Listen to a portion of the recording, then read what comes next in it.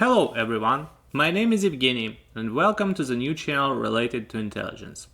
As I said, it's a new channel and the main focus will be artificial intelligence and neuroscience. But that's not just about this, and I hope that discussion will be much wider. You may ask me why I'm doing this, and I'm asking myself very same question. There are a couple of reasons for doing this. First, I feel that a lot of people interested in the problem. So it's a hot topic nowadays. People interested due to different reasons. Some of them want to know how modern AI algorithms work. Image recognition, speech recognition, predictions, recommendation, and many other algorithms. Did you ever ask yourself how do the smart filter works? I mean smart filters which can make you look like you are 20 years older than you are, really. You can pause the video and think about this couple of minutes. Usually it seems like a magic. Even tech guys which used to traditional algorithms, and by traditional I mean deterministic, usually have no idea how this may work. It may even be frightening. You may feel like you are useless if you simply don't understand what's going on. And that's mainly because of the lack of knowledge. How does it work? What's the current state of AI? How close we are to get something truly intelligent?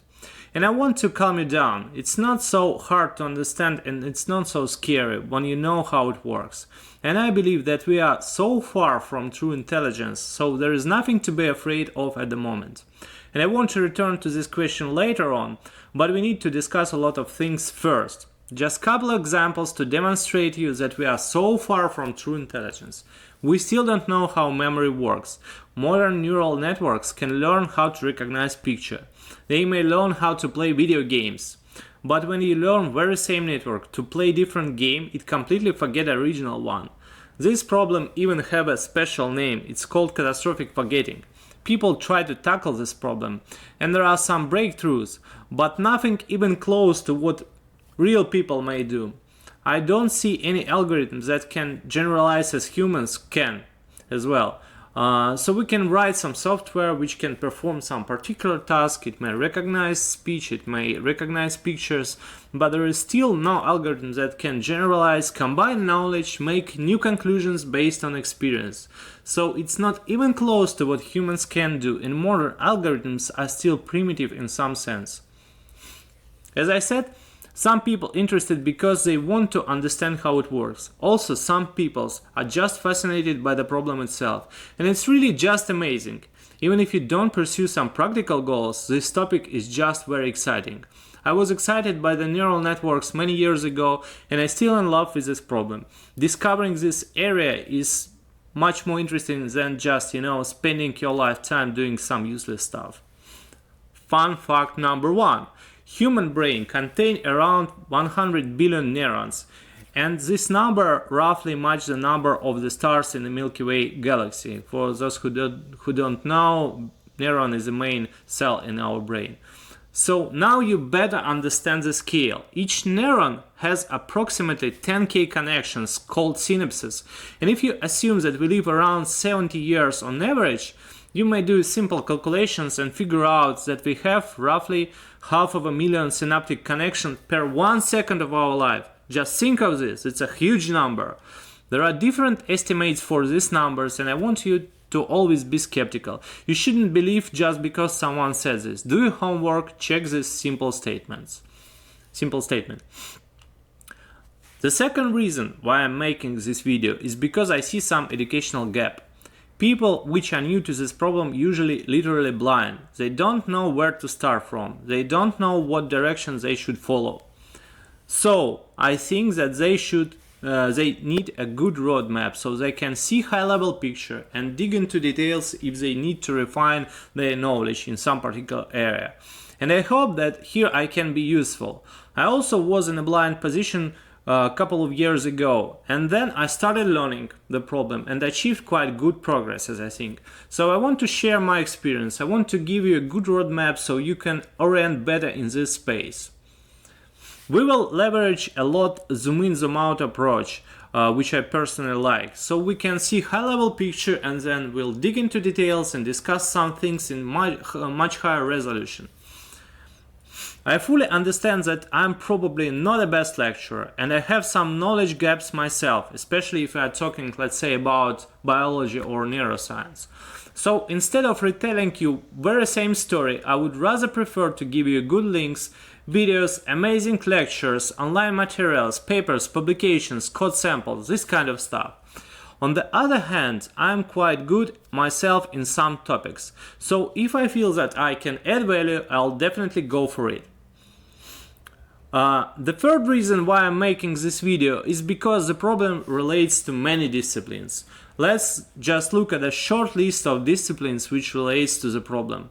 Biology in general, neuroscience in particular, anthropology, archaeology, medicine, psychiatry, psychology, chemistry, physics. You may be surprised, but some models just can't be discussed without taking into consideration some physical laws.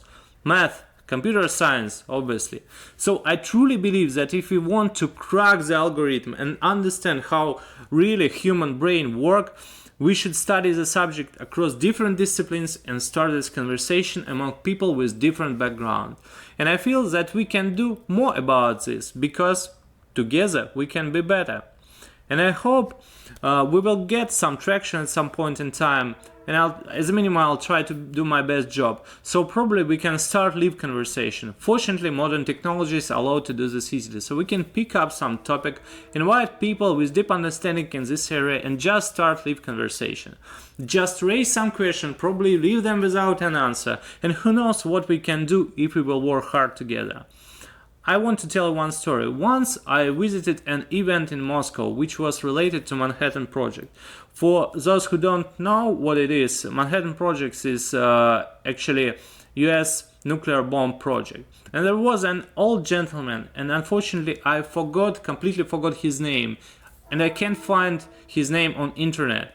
This gentleman was full of energy, and even given the fact that he was really old, he had so many plans for his life. So just looking on him was a great pleasure, and he told a lot of funny stories about Manhattan Project, about competition with Soviets, stories about Oppenheimer, Richard Feynman, who was these guys, what they did, some funny stories about spy agents and smart locks, and many other stories. But what I really learned from this session is that if you want to solve some hard technical problem, you need to create a work group which unites people with different knowledge, skills and background. You can't be lonely, crazy, genius scientist which create a nuclear bomb in his own garage. Nuclear bomb, in a nutshell, is based on a very simple idea. It's a chain reaction. And it's not a secret. You can watch 5-minute YouTube video and you will get the idea. But you wouldn't be able to create it just if you are a lonely, crazy scientist, as I said. And I don't want to put any parallels or analogies between nuclear bomb and AI.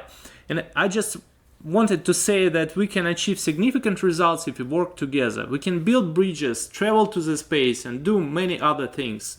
AI can be dangerous, obviously, but until we don't know how it really works, we can't reason about this and say something for sure. And even if AI is dangerous, you can't stop exploration. So it's better to discover something first before bad people will reach this stage. So let's stop for now. Couple disclaimers. It's not a lecture. I can make completely wrong statements. I can raise the questions and leave them without any answers. I'll try to compensate my terrible pronunciation with a good content. Next video that I'm going to do relates to the history of neuroscience and artificial intelligence. I believe that historical context is very important, so I'll put most significant events on a one-time scale and will tell you about them, so you better understand where we are now. I hope you enjoyed the video. I wish you best luck. Feel free to contact me, leave your comments, tell me what you want to hear about, what you like or don't like about this video, how I can improve. Subscribe to the channel. See you soon. Bye bye.